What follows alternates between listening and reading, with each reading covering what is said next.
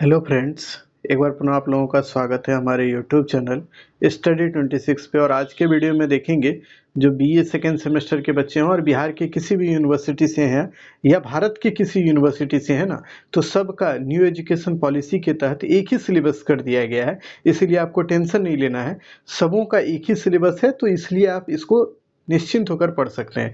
ठीक है, तो इसमें योगा फिलॉसफी एंड प्रैक्टिस जो है आपका BSc 2 पेपर यानी BSc वैल्यू एडेड कोर्स में योगा फिलॉसफी एंड प्रैक्टिस यानी कि सेकेंड सेमेस्टर में या फर्स्ट सेमेस्टर में ये होगा, तो उसी को हम लोग देखेंगे। यूनिट फर्स्ट का ये टॉपिक है जो कि आज हम लोग चर्चा करेंगे।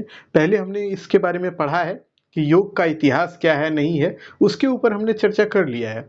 आज के वीडियो में हम लोग नई चीज़ों को देखेंगे, यानी कि एक नए टॉपिक को देखने वाले हैं। ठीक है, तो अगर आपने पहले के वीडियो को देखा है तो फिर ठीक है, अन्यथा उन वीडियो को पहले देख लीजिए, तभी इसको समझ पाइएगा। ठीक है, तो चलिए बिना विलंब के चीज़ों को शुरू करते हैं। डिस्क्रिप्शन में उसका लिंक डाला हुआ है और उसको आप देख सकते हैं। चलिए अब इस वीडियो को शुरू किया जाए।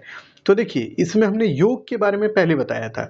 अब देखते हैं आसन क्या है। ठीक है, तो आसन के बारे में आपको पढ़ना है, इससे रिलेटेड क्वेश्चन बनेंगे, तो उसको ध्यान में रखते हुए पढ़ते चलिए। तो देखिए, आसन पहले कहते किसको हैं, उसको डिफिनेशन देखेंगे उसका। फिर पतंजलि का योग सूत्र जो है उसमें आसन के बारे में क्या डिफिनेशन दिया गया उसको हम लोग देखेंगे।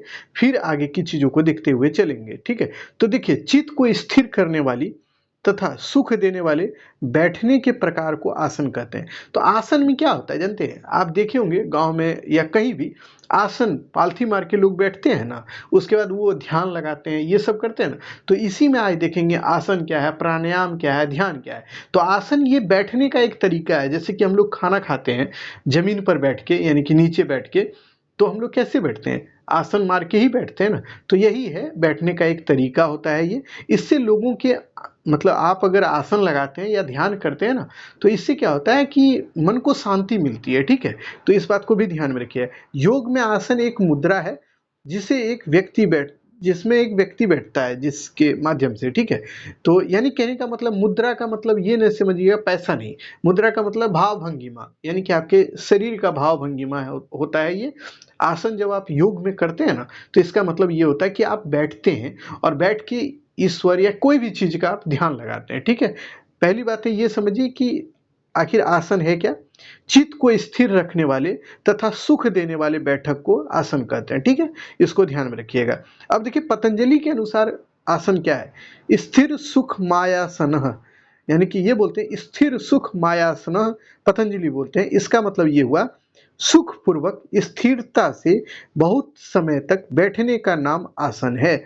ये पतंजलि जी कहते हैं कि देखिए, सुख पूर्वक यानी कि आप निश्चिंत होकर, सब दुख दर्द को भूलकर आप निश्चिंत होकर जो एक मुद्रा में बैठते हैं ना, इसी को आसन बोला जाता है। ठीक है, इसको ध्यान में रखिएगा। उसके बाद दूसरे शब्दों में कहें तो बिना कष्ट के सुखपूर्वक एक ही स्थिति में अधिक से अधिक समय तक बैठने की क्षमता को आसन कहते हैं। यानी सीधा मतलब ये समझिए ना बच्चों, कि पतंजलि के अनुसार आसन का मतलब ये होता है कि हर इंसान जो अपना सुख दुख सब कुछ भूलकर चुपचाप बैठ जाता है और ध्यान लगाता है, यानी एक मुद्रा में वो बैठता है ना, उसी को आसन बोलते हैं। ठीक है, तो इस बात को ध्यान में रखना है, एकदम सिंपली आपको याद रखना है कि आसन का मतलब होता है जो हम लोग बैठते हैं, जो हम लोग खाना खाने के लिए बैठते हैं या फिर योग करने के लिए बैठते हैं, ध्यान लगाने के लिए बैठते हैं ना, उसी को आसन बोलते हैं। ठीक है, जिसमें चित्त को एकदम शांत कर दिया जाता है और उसी के माध्यम से अपने विचार को सोचा जाता है। ठीक है, तो इतनी चीजें इससे रिलेटेड याद रखनी है आपको।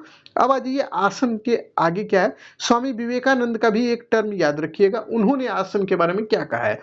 आसन के स्थिर होने का तात्पर्य है शरीर की अस्तित्व का बिल्कुल भान तक न होना। ठीक है, ये स्वामी विवेकानंद बोलते हैं। ठीक है, तो आसन का दोनों डिफिनेशन याद रखना। पतंजलि और स्वामी विवेकानंद के अनुसार आसन को क्या क्या बोला गया है।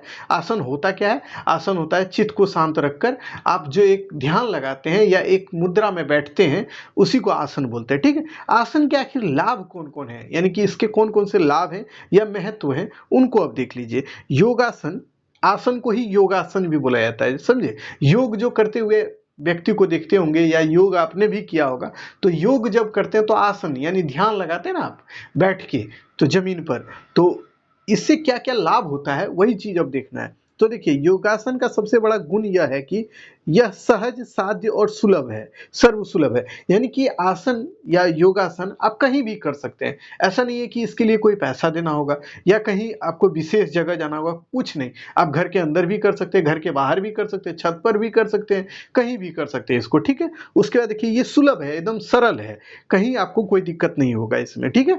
योगासन ऐसा व्यायाम की पद्धति है जिसमें ना तो कुछ विशेष व्यय होता है और ना ही इसमें कोई साधन की आवश्यकता होती है। यानी कहने का मतलब है कि योगासन जब आप हम कोई भी करते हैं ना, तो इसमें कोई विशेष व्यय नहीं होता है, यानी कि कोई पैसा खर्च नहीं करना होता है। इसमें फ्री फोकट में आप बैठिए, करिए, काम कर लीजिए, धंधा कर लीजिए, वही होता है योगासन। इसमें किसी भी प्रकार का खर्च करने का कोई आवश्यकता नहीं पड़ता है, ठीक है। तो इसी को बोला जाता है योगासन, इसीलिए तो इसका महत्व है। देखिए ये फ्री है, सुलभ है, कहीं भी बैठ के कर सकते हैं, तो इसीलिए तो ये इंपॉर्टेंट भी है, ठीक है। इसको ध्यान में रखिएगा, पहला इसका लाभ यही होता है। दूसरा लाभ इसका है, योगासन अगर आप करते हैं ना, ये चाहे अमीर हो, बूढ़ा हो, जवान हो, सबल हो, निर्बल हो, सभी व्यक्ति कर सकता है इसको, ठीक है। ऐसा नहीं है कि केवल अमीर व्यक्ति ही योगासन करता है, नहीं तो आप देखते भारत में केवल अमीरे लोग करता है इसको, लेकिन ऐसा कुछ भी नहीं है। इसको हर कोई कर सकता है, अमीर हो, गरीब हो, हर इंसान, बूढ़ा, जवान, बच्चा, सब कोई करता है, ठीक है। इससे क्या होता है, तीसरा इसका जो लाभ है, इससे योगासन करने से क्या होता है, पेट की जो है ना समस्या होती है ना, जैसे कि किसी को पेट का बीमारी होता है, तो वो सब बीमारी खत्म होता है, ठीक है। पेट साफ रहता है, पेट में जो कब्ज वगैरह बनता है वह सब समाप्त होता है, समझे।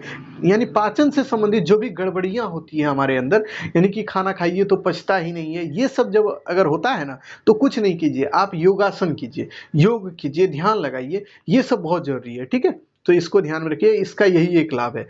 उसके बाद इसका अगला लाभ ये है, योगासन से पेशीय शक्ति जो है ना वो प्रदान करती है और इससे मोटापा घटता है। यानी कि कहने का मतलब ये है ना, सीधा बताते हैं, योगासन से हमारी जो मांसपेशी है, यानी शरीर का जो मसल्स है ना, उसको शक्ति मिलता है। अगर हम लोग रेगुलर इसको करते हैं ना, तब इससे हम लोग मजबूत, हमारी शरीर भी बनती है। उसके बाद हमारा जो मोटापा है वह भी कम होता है। इसीलिए कहा जाता है कि योगासन तो हर एक इंसान को करना चाहिए, मोटा पतला सबको। अगर कोई पतला व्यक्ति है ना, तो वह भी तंदुरुस्त रहता है, पतला व्यक्ति भी तंदुरुस्त या मजबूत रहता है। इसका मतलब है ना, वह भी एनर्जेटिक रहता है, ठीक है, अगर योगासन वो करता है तो। यही सब इसके लाभ हैं, इसको ध्यान में रखेंगे आप।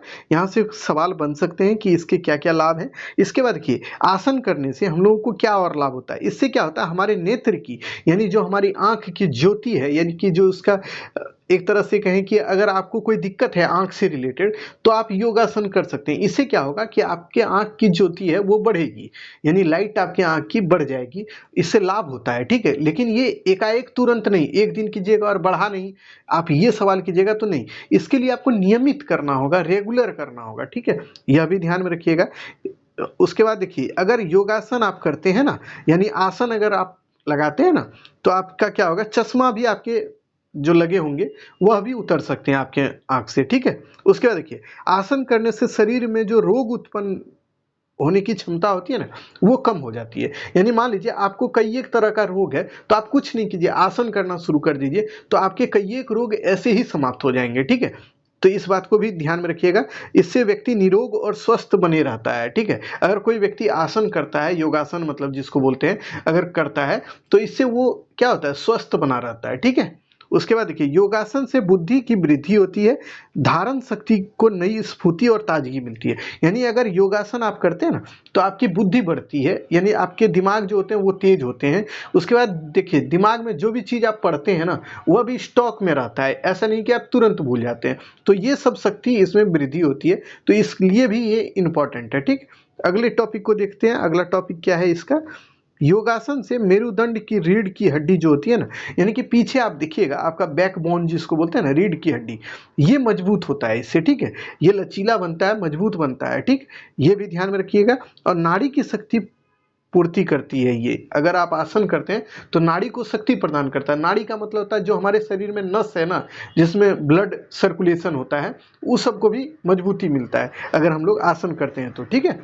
अब देखिए, आसन का तो ये सब लाभ था, आसन क्या है वो बता दिए। अब देखिए, आसन करने से पूर्व हम लोगों को कुछ जो है ना सावधानियां भी बरतनी चाहिए। यानी ऐसा नहीं है कि आसन जैसे मन हुआ वैसे कर दें, वैसा नहीं है, कुछ कुछ चीज़ों पर ध्यान भी रखना चाहिए, तभी कीजिए। अगर आप उन चीज़ों को ध्यान में नहीं रख कर करते हैं ना, तो ये आपके लिए निगेटिव भी हो सकता है, यानी कि आप अच्छा सोच के करिएगा लेकिन ये आपके लिए बुरा भी हो जाएगा, ठीक है। जैसे योगासन करते समय समतल भूमि पर आसन बिछाकर योगासन करना चाहिए, यानी कि प्लेन भूमि पर, जैसे कि फर्श होता है ना, जो आपके घर का पक्का का जो जमीन होगा वो कितना प्लेन होता है, उस पे आप कर सकते हैं। ऐसा नहीं है कि पहाड़ पर्वत जैसा जमीन ऐसा उबड़ खाबड़ हो उस पे बैठ के कीजिएगा, तो उससे क्या होगा जानते हैं, उससे बेवजह आपके शरीर में दर्द उत्पन्न हो जाएगा। ऐसा नहीं होगा कि आप चाहिएगा ठीक हो लेकिन ठीक होने के उल्टे खराब ही हो जाएगा, ठीक है। इसीलिए योगासन करते समय ये कोशिश करनी चाहिए कि समतल भूमि हो जहाँ पे आप बैठ के आसन करें, यानी ध्यान लगाएं या बैठें, ठीक है, पालथी मारकर। उसके बाद देखिए दूसरा इसका लाभ क्या है, यानी दूसरा जो इसका बरतने वाला जो एक तरह से स्थिति है वो क्या है, आसन करने से पहले सोच की क्रिया और स्नान से निवृत्त होने के बाद ही किया जाना चाहिए। यानी कि देखिए आप आसन करना चाहते हैं तो आप शौच का मतलब होता है ना कि जो बाथरूम वगैरह लोग जाते हैं वो सब आप कर लीजिए, नित्य क्रियाकलाप जो आपका सुबह का होता है उसको आप पूरा कर लीजिए, नहा धो लीजिए, उसके बाद आसन कीजिए, तो ये अच्छा माना जाता है, ठीक है। उसके बाद देखिए योगासन को करते समय आप कहीं भी आसन करें ना, तो इसके लिए ये जरूरी है कि हवादार जगह हो, खुला जगह हो, ताकि आपको स्वस्थ और स्वच्छ वायु मिल सके, यानी कि आपको अच्छा जो है ना वायु मिल सके, ताकि आप सांस अच्छे से ले सकें, ठीक है। तो इसके लिए खुला जगह होना बहुत ही आवश्यक है, ये भी ध्यान में रखिएगा। या हो सकता है कि खुला जगह नहीं भी है तो खुला एक कमरा होना चाहिए, आपका कमरा भी होगा खुला, तो वहां भी आप कर सकते हैं इसको, ठीक है। उसके बाद देखिए योगासन कब नहीं करना चाहिए, तो इसमें भी है कि मासिक धर्म जो महिलाओं की होती है उसमें, या कोई महिला गर्भवती है, या उनको बुखार है, कोई भी स्त्री पुरुष दोनों, अगर उसको बुखार है या कोई गंभीर रोग है ना, इस दौरान आसन नहीं करना चाहिए। यानी बुखार है, आसन किए, पता चला घुलट जाइएगा, क्यों भाई, तो आपको कमजोरी होगा अंदर से और आप उलट गए, तो ये नहीं करना चाहिए। कोई गर्भवती महिला है उनको भी आसन नहीं करना चाहिए, ठीक है, क्योंकि उस समय बहुत तरह की प्रॉब्लम होती है, ठीक है। तो इस बात को भी ध्यान में रखना चाहिए, कब कब आसन नहीं करना चाहिए, इनको ध्यान में रखिएगा। उसके बाद देखिए आसन विधिवत पूर्वक करना चाहिए, विधि पूर्वक। ऐसा नहीं कि आसन जैसे तैसे कर लिए, वो नहीं, इसकी एक विधि होती है, उस विधि के अनुसार करना चाहिए, जैसे तैसे मत करना है, ठीक है। तो आपसे क्वेश्चन जो पूछेगा जो आपके सिलेबस में है ना बच्चों, उसी हिसाब से हम लोग पढ़ा रहे हैं। ऐसा नहीं है कि कुछ भी पढ़ा देंगे, तो देखिए सिलेबस में कुछ नहीं रहेगा, कुछ और रहेगा, आपको पढ़ा कुछ और देंगे, तो इससे दिक्कत ये होगी ना, आप अच्छा आंसर नहीं लिख पाइएगा, ठीक है। तो हम लोग कोशिश वो कर रहे हैं ना, जिस तरह से क्वेश्चन पूछा जाएगा उस तरह से आपकी तैयारी करा दें। तो आसन क्या है, इसके महत्व को बताइए, ये आपसे क्वेश्चन पूछेगा, तो इसका पूरा जो सिनेरियो आपको बताया अभी तुरंत, जो भी हमने आपको बताया है उसको लिखना होगा, इस क्वेश्चन का आंसर पूरा हो जाएगा, ठीक है। तो इसको ध्यान में रखिएगा। अब आ जाइए दूसरे टॉपिक को हम लोग देखते हैं, जो नया टॉपिक है प्राणायाम। तो प्राणायाम क्या होता है इसको अब देखिए। तो प्राणायाम का मतलब होता है ना, ये देखिए दो शब्द से मिलकर बना है, एक होता है प्राण और दूसरा होता है आयाम।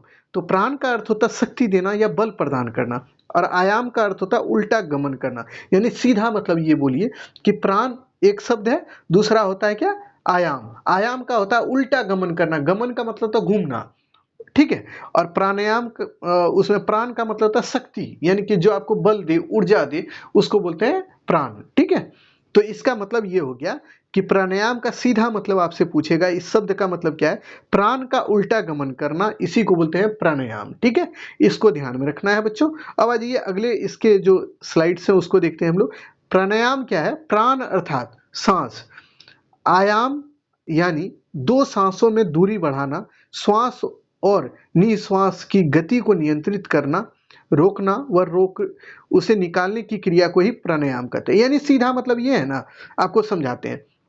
आप कभी भी ऐसा किए होंगे, कोरोना के समय में ये एडवाइस ज़्यादा दी जाती थी कि योग कीजिए। तो योग करने के लिए क्या बोला जाता था कि सांस को आप जोर से, एक नाक को एक तरफ से नाक को दाबिए और सांस को जोर से खींचिए और दूसरे तरफ से उसको छोड़िए, तो मतलब नाक से ही, ठीक है।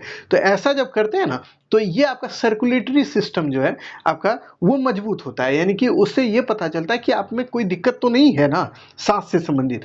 तो कोरोना के समय में यही सबसे बड़ी दुविधा उत्पन्न हुई थी, लोगों को सांस के संबंधित दिक्कत हो रही थी, जिससे लोगों के साथ बहुत तरह की घटनाएं घटित हुई, जो आप देखे हैं, हमने देखा है, ठीक है। तो प्राणायाम का मतलब ये होता है ना बच्चों, आप जो सांस लेते हैं और उसको छोड़ते हैं ना, इसी को बुलाया जाता है प्राणायाम। सीधा मतलब यही समझिएगा। देखिए कंसेप्ट बहुत है, लेकिन इसको समझाएंगे हम सीधा और सरल तरीके से, ताकि आप चीजों को समझ जाएं, ठीक है। उसके बाद देखिए श्वास को धीमी गति से खींचकर रोकिए, उसके बाद उसको बाहर निकालना प्राणायाम के क्रम में आता है। यानी कि मान लीजिए आपने सांस लिया, हम लोग हर कोई इंसान जो है वो सांस लेता है और छोड़ता है, तो आप जब सांस लेते हैं ना उसको लीजिए और फिर उसको बाहर निकालिए, यही जो क्रिया है ना इसी को प्राणायाम कहते हैं। ठीक है, उसके बाद देखिए जब हम लोग सांस लेते हैं ना बच्चों, तब हमारी भावना क्या होनी चाहिए ये समझिए, आपका और हमारा इमोशन क्या होना चाहिए। जब हम लोग सांस लें तो हमारी कोशिश ये रहनी चाहिए ना कि हम लोग जो ये संसार में जो अच्छी चीजें हैं, जो अच्छे गुण हैं, उनको ग्रहण करें, और हमारे अंदर जो विकृतियां हैं, जो कमी है, जो हम लोग के लोभ मोह ये सब जो भावनाएं हमारे अंदर होती है ना, उसको हम लोग सांस जब छोड़े ना उसको हम लोग सांस के ही माध्यम से शरीर के अंदर से बाहर निकाल दें, यही हमारी भावनाएं होनी चाहिए। ठीक है, तो वही चीजें आप बताते हैं कि यह होनी चाहिए कि जब हम लोग सांस लें, प्राण शक्ति श्रेष्ठता की सांस के माध्यम से अंदर की ओर खींचे। यानी कि देखिए हम लोग जब सांस लें तो हम लोग अच्छी चीजों को अंदर खींचे, यानी अपने अंदर लाएं डालें, और उसके बाद जब हम लोग सांस छोड़े ना तो उस समय अंदर में जो हमारे शरीर के अंदर बुरे विचार हैं, दुष्प्रवृत्तियां हैं, उनको बाहर निकाल देना चाहिए। ठीक है, प्राणायाम में यही करना चाहिए। जब हम लोग प्राणायाम करें तो यही चीज हम लोग को सोचना भी चाहिए। प्राणायाम तो कोई भी कर सकता है, आप चुपचाप बैठ जाइए पालथी मार के, उसके बाद आप सांस लीजिए और सांस छोड़िए, यही तो प्राणायाम हो गया। और पालथी मार के जो बैठे वही तो आसन हो गया। ठीक है, तो देखिए योग में है ना सब चीज एक दूसरे से रिलेटेड है। ठीक है, इसको इसी तरह से ध्यान में रखते हुए चलिएगा, इसको अलग अलग नहीं सोचिएगा, एक साथ सोचिएगा तो चीजें क्लियर होती जाएंगी। ठीक है, अब आ जाइए अगले चीजों को समझते हैं, इससे संबंधित बातों को। देखिए पतंजलि ने प्राणायाम की व्याख्या किस तरह की है, अब उसको देखिए। तस्मिन् सति श्वास प्रश्वास योगर्तिविच्छेदः प्राणायाम। यानी देखिए ये संस्कृत में लिखा हुआ है, आपको याद भी नहीं रहेगा, लेकिन हिंदी में इसका मतलब समझिए।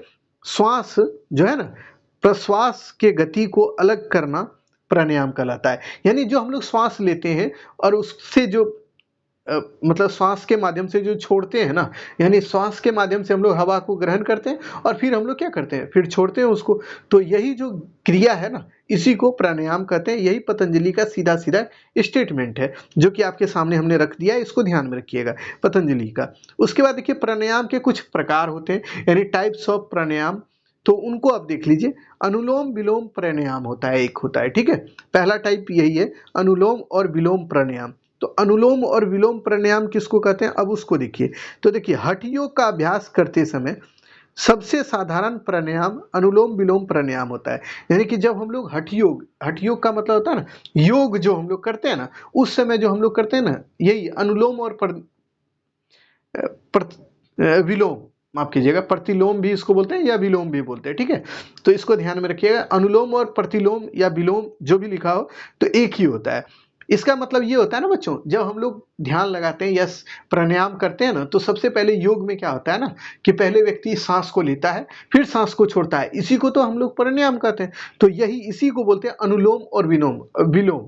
अनुलोम का मतलब हुआ कि सांस को लिए, और विलोम का हुआ सांस को छोड़े, इसी को बोलते हैं अनुलोम प्रतिलोम या विलोम। ठीक है, इसको एक तो यही होता है इसका टाइप्स। दूसरा टाइप्स इसका क्या है उसको अब देखिए, कपालभाति प्राणायाम। कपालभाति का मतलब होता है ना कि, अब इसको देख लीजिए, पेट से संबंधित जो बीमारी है ना उसको ठीक करने के लिए और वजन को कम करने के लिए ना सामान्यतः इस प्रकार के प्राणायाम को किया जाता है। यानी कपालभाति प्राणायाम क्यों किया जाता है आपसे पूछेगा तो बोलिएगा देखिए पेट से संबंधित जो दिक्कतें हैं, या फिर देखिए जो किसी भी व्यक्ति का देखिए वजन बहुत कम है या वजन बहुत बढ़ गया है, उस सब जो समस्या है ना उसको कम करने या समाप्त करने के लिए कपालभाति प्राणायाम किया जाता है। इस प्राणायाम का नियमित अभ्यास करने से व्यक्ति स्वस्थ रहता है। ठीक है, तो कपालभाति प्राणायाम जो है ना इसका नियमित अगर अभ्यास हम लोग करेंगे ना तो हम लोग बहुत दिन तक स्वस्थ रहेंगे और जीवित रहेंगे अच्छे से।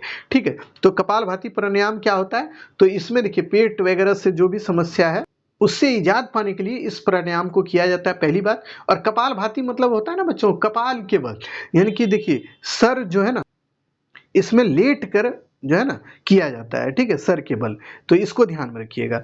उसके बाद आज ये अगला जो है टॉपिक आपका, अगला जो पॉइंट है उसमें अब हम लोग देखते हैं कौन सा है, ये है शीतली प्राणायाम। तो इस प्राणायाम में व्यक्ति अपने मन को शांत करने, शीतल यानी कि मन को शीतल करने के लिए, शांत करने के लिए इस प्राणायाम को कोई भी व्यक्ति करता है, अपने तनाव को कम करने के लिए। यानी कि जो दिक्कतें हैं, आप देखते हैं दुनिया जहान का तनाव लोगों को है, क्योंकि देखिए आपके अगल बगल में डीजे दिन रात बजेगा तो आपको तनाव है, आपके अगल बगल में देखिएगा कि कोई व्यक्ति मतलब आपको चिढ़ाने के लिए कुछ भी शब्द का प्रयोग, अटपटांग शब्द का प्रयोग करें, तब भी आपको तनाव होता है। ठीक है, ये हर किसी के साथ होता है, ऐसा नहीं कि आप ही के साथ, हमारे साथ भी होता है। ठीक है, अपने रक्तचाप को कम करने के लिए भी इसको किया जाता है। फिर देखिए त्वरित प्रतिक्रिया पाने के लिए भी इस तरह के प्राणायाम को किया जाता है। इस प्राणायाम को सामान्यतः अति अम्लता और अल्सर की समस्या को ठीक करने के लिए भी सुझाया जाता है। ठीक है, यानी पेट से संबंधित जो समस्याएं हैं, अल्सर है, अम्लता है, ये सब, ये एसिडिटी जो होता है ना हम लोग को, यानी खाना खाए पचा नहीं, एसिडिटी हो गया, तो इन सभी चीज़ों को कम करने के लिए इस प्राणायाम का यूज किया जाता है। ठीक है, शीतली प्राणायाम, शीतली का अर्थ ही समझिए कि मन को शांत करने के लिए जो प्राणायाम किया जाता है उसी को शीतली प्राणायाम कहते हैं। ठीक है, अब अगले टॉपिक को देखिए, अगला क्या है कि अब देख ले, अगला पॉइंट है आपका सूर्य भेदी प्राणायाम। इस प्राणायाम का अभ्यास करते समय सूर्य नाड़ी और दाहिना नासिक सक्रिय होता है। यानी सूर्य भेदी प्राणायाम का अर्थ होता है बच्चों कि इसमें हम लोग सूर्य जो होते हैं ना, सूर्य जो आपको आकाश में दिखते हैं, उन्हीं के समकक्ष यानी समक्ष बैठकर, यानी उन्हीं के एक तरह से उनको समकक्ष मानकर ये प्राणायाम किया जाता है। और इसमें नाड़ी जो है, नाड़ी का मतलब होता है आपका जो नारी वाला नाड़ी नहीं है, ये नाड़ी है। नाड़ी का मतलब आपका नस जो शरीर का है उसको, और दाहिना नासिक इसमें बहुत ज़्यादा सक्रिय होता है। इस प्रकार के प्राणायाम जब हम लोग करते हैं तब एक होता है चंद्रभेदी प्राणायाम। वो क्या होता है देखिए, चंद्र शब्द का अर्थ होता है चंद्रमा, जो आप जानते हैं, जबकि संपूर्ण अभिव्यक्ति चंद्रभेदी प्राणायाम का अर्थ है शीतल प्राणायाम। यानी शीतल प्राणायाम क्या था, वही जो आत्मा या मन को शांत करने के लिए किया जाता था। तो चंद्रमा भी तो शांत ही है, ये ज़्यादा गर्मी वाला तो होता नहीं है। वहीं आप देखिए सूर्य क्या है, बहुत गर्मी वाला होता है। ठीक है, तो देखिए चंद्रमा मतलब शीतल प्राणायाम जो है ना, उसी को लिख दीजिएगा तो यहाँ भी काम चल जाएगा। चंद्रमा एक व्यक्ति के व्यक्तित्व का आत्मनिरीक्षण, निष्क्रिया, उसके बाद देखिए कलात्मक विशेषताओं का के समान दिखता है। ठीक है, इसी को हम लोग बोलते हैं चंद्रभेदी प्राणायाम। इसको ध्यान में रखिए, चंद्रभेदी प्राणायाम जो है ना, वही है मन को शांत करने के लिए जो प्राणायाम किया जाता है, चंद्रभेदी प्राणायाम के अंतर्गत यह भी आता है। ठीक, अब आ जाइए अगले जो टॉपिक है, अब नए टॉपिक उनको देख लें कि आखिर ध्यान क्या होता है। ध्यान के बारे में जब आप जानते हैं, इसको इंग्लिश में मेडिटेशन बोलते हैं। ठीक है, तो ध्यान का मतलब ये होता है ना, कभी आप देखिएगा पालथी मारकर मतलब बैठ गए होंगे आसन पर लगाकर, उसके बाद देखिए आपने ध्यान लगाना शुरू किया होगा। हो सकता है आपने ईश्वर का ध्यान लगाया हो या कोई अन्य चीज़ों का भी आपने ध्यान लगाया हो ना, तो उसी को बोलते हैं ध्यान। तो पहले इसको समझते कि ध्यान क्या है। देखिए, चित्त को एकाग्र करके किसी एक वस्तु पर केंद्रित कर देना ध्यान कहलाता है। चित्त का मतलब होता है दिमाग। दिमाग को आप कोशिश करिए, आपको ध्यान करना चाहिए। मेडिटेशन हर एक इंसान को करना चाहिए, आपको भी करना चाहिए कि आप मेडिटेशन जब करें ना, तो अपने दिमाग को शांत कीजिए और शांत करके किसी भी चीज़ पर आप ध्यान लगाइए। एक कोई वस्तु लीजिए, उस पर आप ध्यान लगाइए, तो इसी को बोलते हैं क्या जानते हैं, ध्यान, मेडिटेशन। ठीक है, इसको ध्यान में रखिएगा। चित्त को एकाग्र करके आप किसी एक वस्तु पर जब ध्यान लगाते हैं ना, या उस पर आप केंद्रित करते हैं अपने दिमाग को, तो इसी को बोलते हैं ध्यान। ठीक है, उसके बाद देखिए ध्यान उपासना का एक साधन है जिसका प्रयोग प्राचीन काल के जो ऋषि मुनि थे ना, वह भी ध्यान लगाते थे। किसका? वो ईश्वर का ध्यान लगाते थे, और ईश्वर का ध्यान लगाकर ही वो ईश्वर से अपना संपर्क स्थापित करते थे। ये बात ध्यान में रखिएगा कि प्राचीन काल में भी हमारे जो ऋषि मुनि होते थे ना, वो ईश्वर का ध्यान लगाते थे और ईश्वर से ध्यान लगाकर वो उनसे संपर्क स्थापित करने का प्रयास करते थे। ठीक है, तो ध्यान का मतलब ये हो गया बच्चों, चित्त को एकाग्र करके किसी एक वस्तु पर केंद्रित करना अपने दिमाग को, उसी को बोलते हैं ध्यान। ठीक है, तो इतनी चीजें ध्यान से रिलेटेड आपको ध्यान में रखनी है। अब देखिए महर्षि पतंजलि के द्वारा ध्यान के बारे में क्या कहा गया है। जहां चित्त को लगाया जाए उसी में वृत्ति का एक तार चलना ही ध्यान कहलाता है। समझे? यानी कि इनका मतलब सीधा कहने का ये है ना कि आप जब ध्यान लगाते हैं ना, तब किसी एक बिंदु पर आपका चित्त स्थिर हो जाता है ना, तो उसी को ध्यान बोलते हैं। यानी कि आप खुद सोचिए ना कि आप एक चीज पर केंद्रित कर दीजिए अपने दिमाग को, और आप उसी के बारे में सोचते रहिए, तो इसी को बोलते हैं ध्यान। बैठ के चुपचाप आप उसी बिंदु पर सोचते रहिए, तो इसको ध्यान बोलते हैं। ठीक है बच्चों, इसी को ध्यान बोलते हैं, तो इसको ध्यान में भी रखिएगा आप। ध्यान का मतलब ये नहीं कि ध्यान से उतार दीजिए। ठीक, अब आइए अगले टॉपिक को, इसको देखते हैं कि ध्यान का लाभ क्या है, यानी कि इसका हमारे लिए क्या इसकी ज़रूरतें हैं, इससे हम लोगों को क्या लाभ मिलता है ध्यान से।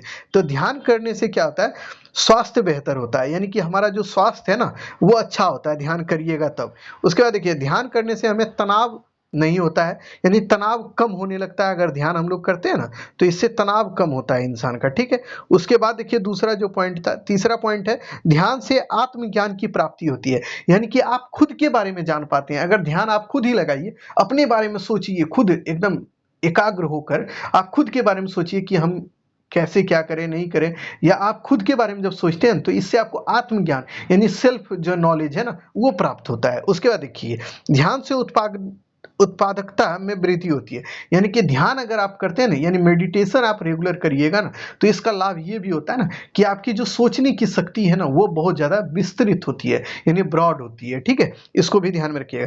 ध्यान से मस्तिष्क का विकास होता है, यानी कि ध्यान करिएगा, रेगुलर आप मेडिटेशन करते हैं ना, तो इससे आपका जो दिमाग है ना इसका बहुत विकास होता है। ठीक है, इसको भी ध्यान में रखिएगा।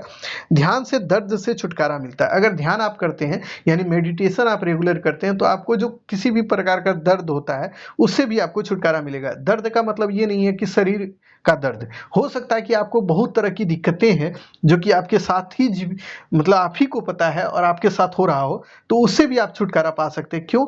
तो आप ध्यान करके। ठीक है, इसको भी याद रखना है आपको। उसके बाद देखिए, इसके और भी इंपॉर्टेंस क्या है, यानी इसके जो लाभ है, ध्यान करने से चिंता से छुटकारा मिलती है, यानी कि आप किसी भी चीज़ के बारे में सोचते हैं ना उससे छुटकारा मिलती है, यानी कि रेगुलर आपको चिंता रहती होगी किसी बात की, तो उससे छुटकारा पाना है तो ध्यान कीजिए। ठीक है, उसके बाद देखिए, इससे नींद भी अच्छा आता है। अगर किसी इंसान को अगर नींद नहीं आता है ना रेगुलर, बहुत से बच्चे ऐसे भी हैं, बहुत से हम लोग के साथ भी, हमारे भी साथी थे जिनको ध्यान नहीं, मतलब नींद नहीं आता था रात में, तो उनके लिए सबसे बेहतर है, जिनको नींद नहीं आता है जल्दी, तो वो मेडिटेशन करें, यानी ध्यान लगाएं, तभी उनको नींद अच्छे से आने लगेगा। ठीक है, उसके बाद ध्यान से जो होता है ना वो ब्लड प्रेशर कम होता है, यानी कि ब्लड प्रेशर जिसका हाई है ना उसको भी ये ध्यान करना चाहिए, ताकि ध्यान वो लगाएगा तो उससे उनके ब्लड प्रेशर जो है वो कम हो जाएंगे। उसके बाद देखिए, ध्यान करने से हृदय स्वस्थ रहता है, यानी हार्ट से संबंधित, यानी हार्ट से संबंधित जो भी बीमारी है उससे आप छुटकारा पा सकते हैं, इससे अगर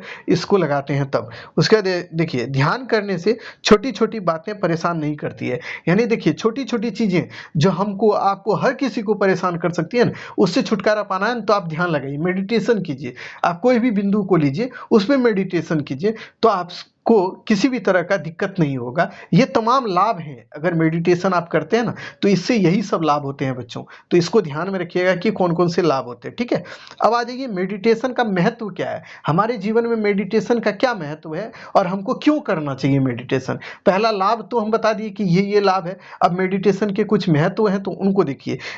देखिए, विकारों की समाप्ति, यानी विकार का मतलब होता है ना कि हमारे अंदर, हर एक इंसान के अंदर जो है ना, सबों को गुस्सा आता है, क्रोध हो जिसको बोलते हैं ना, गुस्सा आता है, उसके अंदर लोभ होता है। उसके बाद देखिए, काम की भावनाएं यानी सेक्स का जो भावना होता है वो हमारे अंदर होता है, सबों के अंदर होता है। ठीक है, तो इससे मुक्ति पाना है ना तो आप मेडिटेशन कीजिए। मेडिटेशन कीजिएगा तो ये सब विचार जो आपके अंदर दिन रात चलते रहता है ना, कुछ बच्चों के अंदर ये तो अभी से ही पनप गया है, जो कि ये सबसे आप दूर हो पाइएगा। वो बात बात पे कुछ बच्चे होते हैं ना बहुत गुस्सा आ जाते हैं, तो इससे बचना है ना, गुस्सा को कंट्रोल करना है तो ध्यान लगाइए, यानी मेडिटेशन अभी से कीजिए। ठीक है, तो इसके लिए ये बहुत आवश्यक है।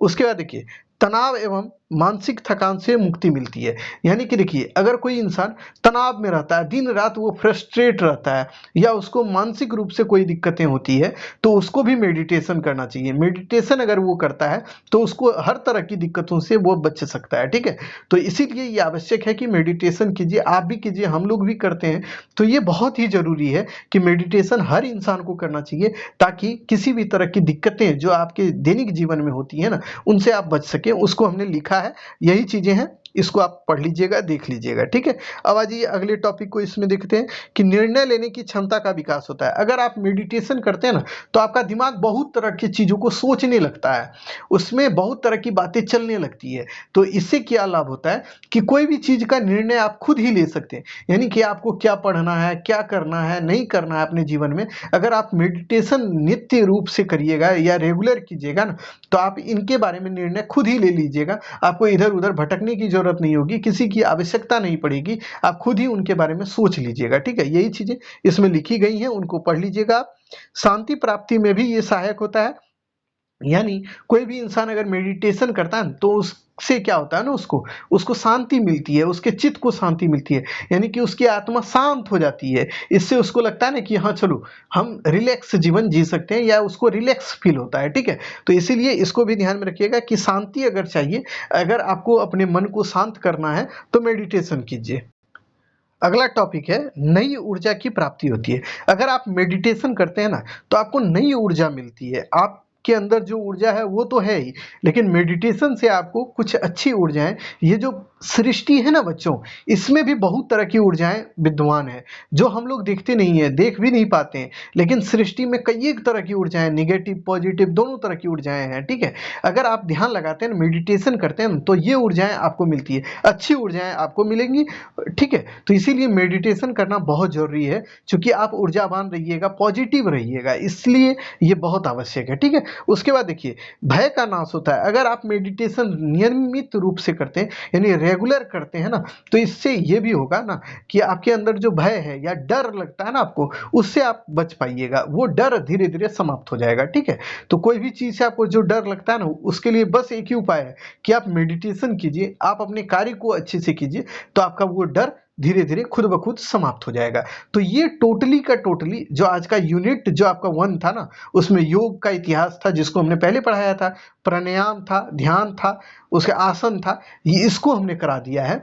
इसको पूरा अगर आप कर लिए होंगे ना तो यूनिट फर्स्ट आपका कंप्लीट है। इससे रिलेटेड अब हम लोग ऑब्जेक्टिव कर लेंगे, फिर ऑब्जेक्टिव हो सकता है कि लेट से करें, बट यूनिट 2 अब इसके संबंध में जो भी चीजें होंगी उसको अब हम लोग करेंगे, ठीक है। तो देखिए ध्यान से रिलेटेड आपसे जो क्वेश्चन पूछेगा कि मेडिटेशन के बारे में, तो आपसे पूछेगा देखिए कि मेडिटेशन क्या है, यानी बोलेगा ध्यान के अर्थ को लिखिए, उसके बाद बोलेगा ध्यान का क्या महत्व है। आपके सिलेबस में लिखा है इंपॉर्टेंस ऑफ जो है ना मेडिटेशन, यानी कि ध्यान का महत्व। तो इससे संबंधित क्वेश्चन आपसे बनेगा ही बनेगा। और जब ऐसा क्वेश्चन बनेगा ना, जितना ध्यान के बारे में अभी पढ़ा है ना, मेडिटेशन के बारे में, उसको ध्यान में रखिएगा, उसको लिख दीजिएगा, ठीक है। बहुत अच्छा आंसर होगा, बहुत अच्छा नंबर भी मिलेगा। यूनिट 1 का जो भी टॉपिक था उसको कंप्लीट कर दिए हैं। वीडियो पसंद आए तो प्लीज हमारे चैनल को सब्सक्राइब कर लीजिएगा, लाइक कीजिएगा वीडियो को, और कमेंट के माध्यम से अपनी प्रतिक्रिया जरूर दीजिएगा, क्योंकि हमने कोशिश किया है चीज़ों को अच्छे से कंसाइज फॉर्म में बताने का। और ऐसा भी नहीं है कि हमने किताबी भाषा का यूज किया है, हमने ऐसे भाषा का यूज किया है जो आपको समझ में आए, जिसको आप समझ पाएं आसानी से, ठीक है। लेकिन कुछ भाषा ऐसी है जिसको समझने में आपको दिक्कत होगा, ये बात सच है, क्योंकि वो योगा की भाषा है, ठीक है, योग की भाषा है, क्योंकि आपके सिलेबस का नाम ही है योगा फिलॉसफी एंड प्रैक्टिस। तो यानी कि वो जो सिलेबस है ना, उस अकॉर्डिंग आपको लैंग्वेज का भी यूज करना होगा, क्योंकि उसके अकॉर्डिंग अगर लैंग्वेज यूज नहीं करेंगे तो आपको दिक्कत होगा, आपको नंबर ठीक नहीं मिलेगा। इसीलिए जिस लैंग्वेज का यूज हमने किया है, जिस तरह से किया है, बस इसी को लिख दीजिएगा। आप यकीन मानिए आपको बेहतरीन नंबर मिलेगा और आप अच्छे नंबर से पास होइएगा, ठीक है। तो चलिए आज के वीडियो में इतना ही, फिर मिलेंगे नए वीडियो में, तब तक के लिए धन्यवाद।